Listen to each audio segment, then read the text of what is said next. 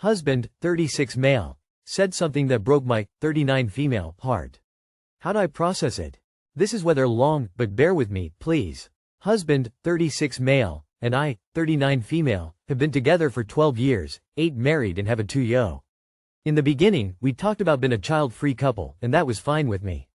When COVID hit, I took a look at my life and saw that we both have stable jobs, didn't have any grand plans, to buy a house, to chance professions, and thought that a kid wouldn't really interfere with whatever life plans we had or would have. We talked at length about trying to conceive, and how a kid would give us a different experience out of our lives that seemed already so settled. In the next 6 months, I got pregnant 3 times. The first was an embryonic pregnancy. The egg gets fertilized and implants into the uterus but doesn't develop into an embryo. The next month, I got pregnant, but had a miscarriage at 10 weeks. It was easily the worst days of my life. Then, the very next month, I got pregnant again, and 39 weeks later, we had our baby boy. The first 3 months were a whirlwind of sleep deprivation, chaotic days with me crying, the baby not nursing properly. He was admitted with UNS for lack of feeding, had a tongue tie, and torticollis.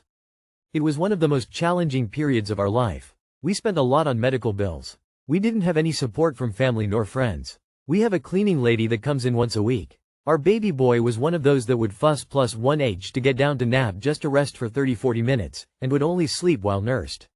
I was fully on baby duty and exhausted. Husband was the one doing groceries and most of the meals, doing dishes, laundry.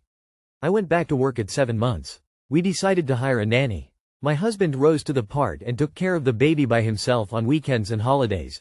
I am essential worker. Work on the subway, and have a work schedule of 3x2, work 3 days in and off for 2. Sometimes the 3 days in are Friday, Saturday and Sunday. I know this is hard on him because he's all by himself with our son until the nanny arrives or for most of the weekend. I work a 10-hour shift, from 5 a.m. till 3 p.m. To ease things for him, when I arrive, I take the shorter shower you've ever seen, don't wash my hair on weekends, and take the baby duty till bedtime, when he comes in and reads a book. Fast forward 2 years, and things have improved a ton. A2Yo is such a different kid. He's so smart, asks for whatever snacks he wants, has his favorite books, is learning how to ride a balance bike, and even states when is tired and needs a rest. Takes 2h30 long naps, yay. I feel that motherhood chants me a lot, for the better. I'm in awe of how he's developing, how much his vocabulary is improving by the day, how smart and funny he is. He has the sweetest voice, gives the warmest of hugs, has the best laughter. I'm so in love, so infatuated by this tiny human that I made. So the fairy of motherly amnesia knocked on my door and I started talking about having a second baby. When said this, his first response was, I still don't know if I want our first one, can't imagine a second. His wording was so weird to me. He's the best of dads. Not only he pulls his weight around the house, he is also so caring and fun with our son. I appreciate him so much. I always say what a good husband and father he is. As the days went by, I tried talking about the topic of a second child with different approaches.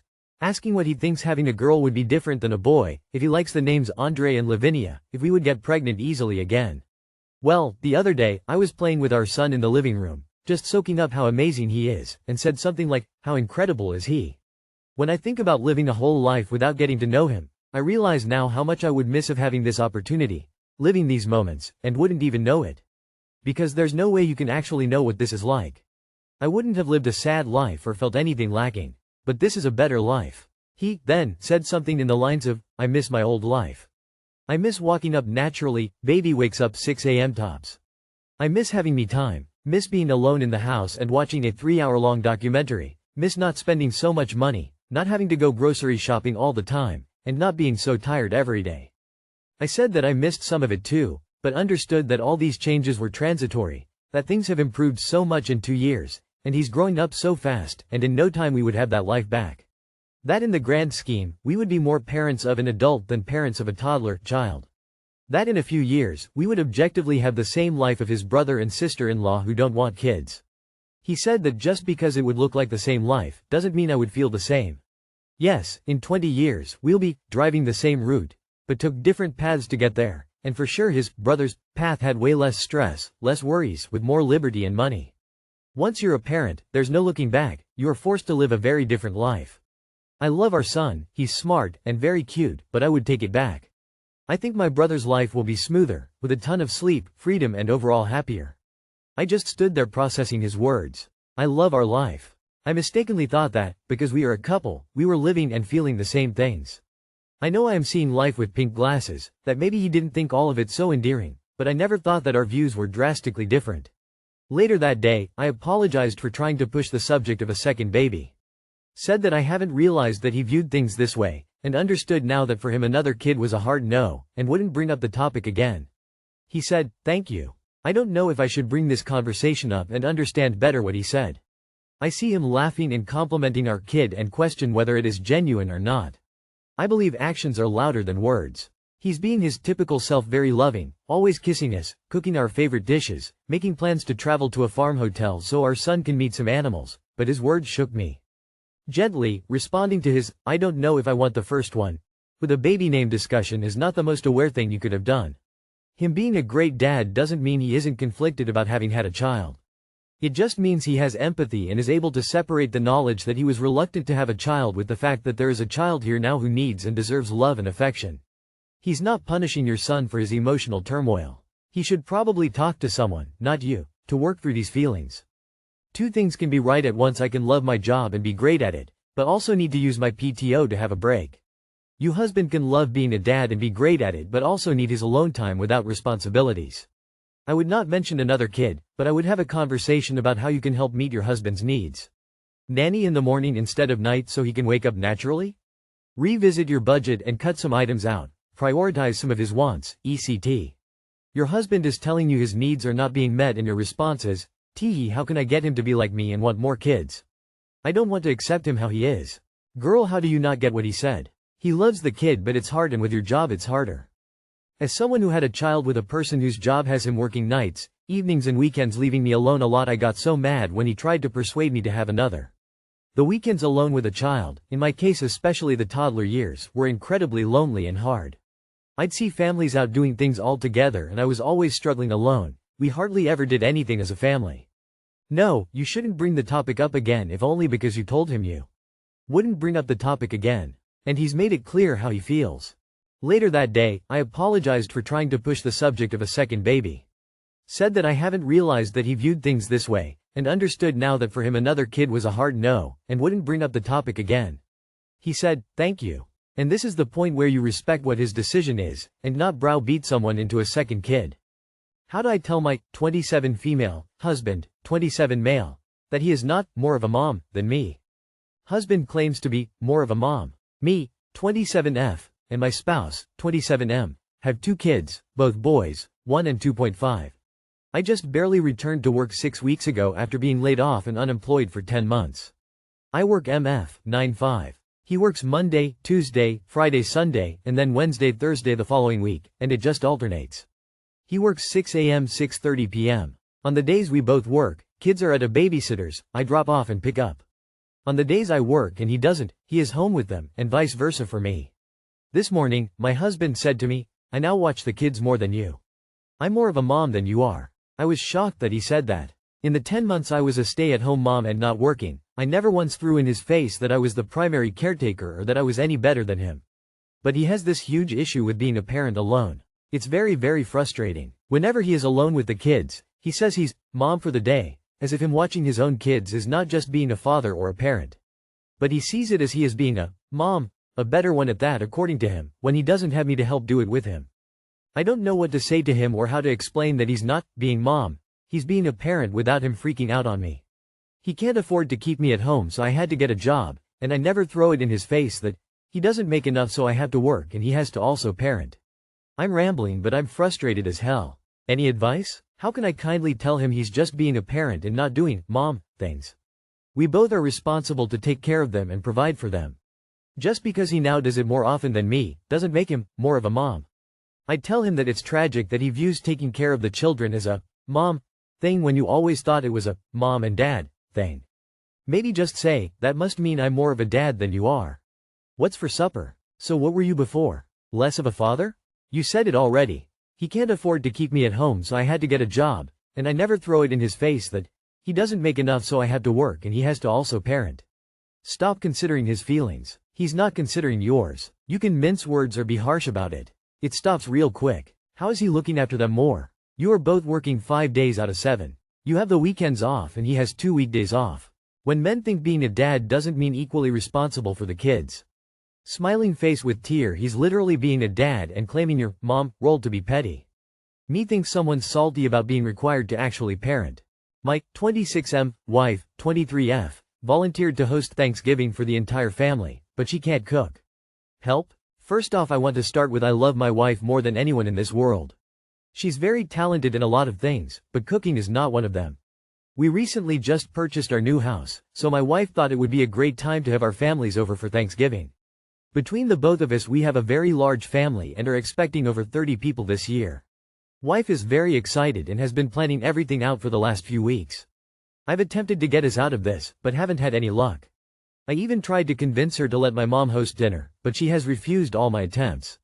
I understand and I take complete responsibility for not being honest with her and faking enjoying her cooking, but I do that because she enjoys cooking and is excited for me to try it.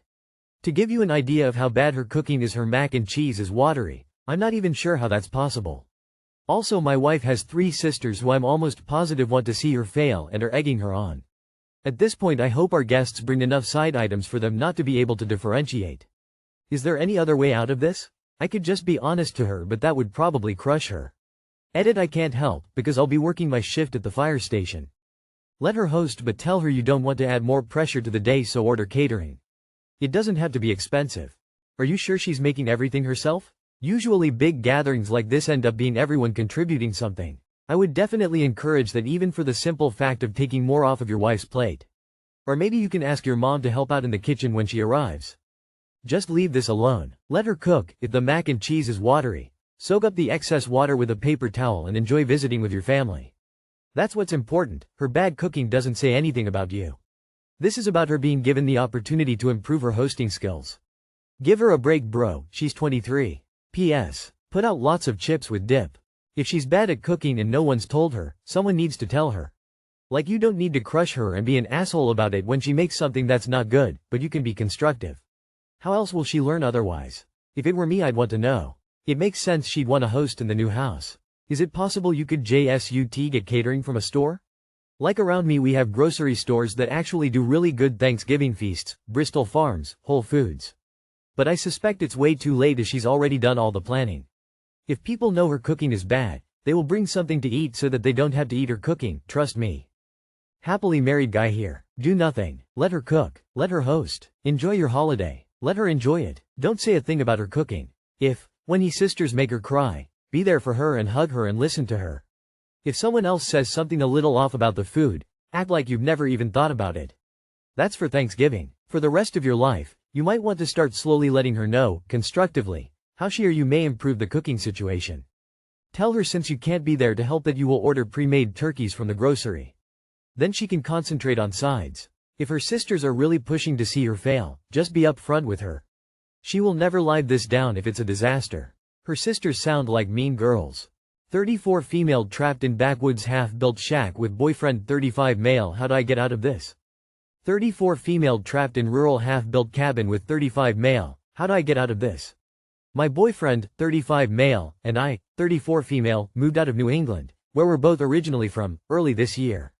We bought a piece of raw land in Tennessee to start building a cabin, which he had picked out. I was really skeptical, but he told me he had built a cabin before. The benefits were that we could be on our own land doing what we want and not paying rent, which was $1,900 per month at the time. I didn't want to come but ultimately made the decision to do so that we could be together. It goes without saying that I love him, otherwise I wouldn't have moved. I was happy living where we were. So we have lived here for 9 months. I sold my car to help pay for our living expenses and building materials. However, the cabin is still not built. I had thrown out so much stuff for growing mold, mice getting in, things getting wet. The summer things were more doable, but it is almost December, I am running out of money, it is getting very cold, and there is very little work available. This is a very rural location, we live outside a small town, and it takes 3.5 hours to walk to the library. The jobs here are in fast food, Dollar General, and Walmart. I have worked a lot of jobs in my life and try not to hold the attitude of being too good for any job, but I have a master's degree and a desire to work in interior design. No one out here is hiring for that service. I'm doing everything I can do to help with the build, and I'm looking for remote work and always looking at local jobs. However, I'm at a loss. It feels like this is just getting worse with no end in sight and I am completely isolated. I know this was my decision and I went in with the best of intentions, but at this point I need an action plan because without one I'm not going to survive the winter out here. Advice? Tia. The longer you stay on the wrong train, the longer it will take to get to where you want to go. Do you have any family members or friends who can come get you? Cut your losses and get out of there. In a rural area like that you are not going to find the kind of work, career you have in mind. Your boyfriend isn't living up to his promise of building the cabin. I think you went into this situation without fully understanding what you were getting yourself into. That's okay, but now you know you can see this isn't where you belong. Reach out to family, friends who would come get you or pack what you can carry and get a bus back home. Give up on the cabin. It's not going to happen. Make a plan to get back to civilization as soon as possible before your resources get even lower. Not married, no kids, just call a family member or friend and go. Really is that simple. Tennessee can and often sees sub-freezing temperatures during the winter. Depending on where you are, flooding and sinkholes can be a problem. Did y'all have your land surveyed before starting construction? Homesteading in rural Tennessee just sounds like a bad idea if you're not prepared, capable of the required tasks. Source. I lived in Tennessee for 5 years as an adult.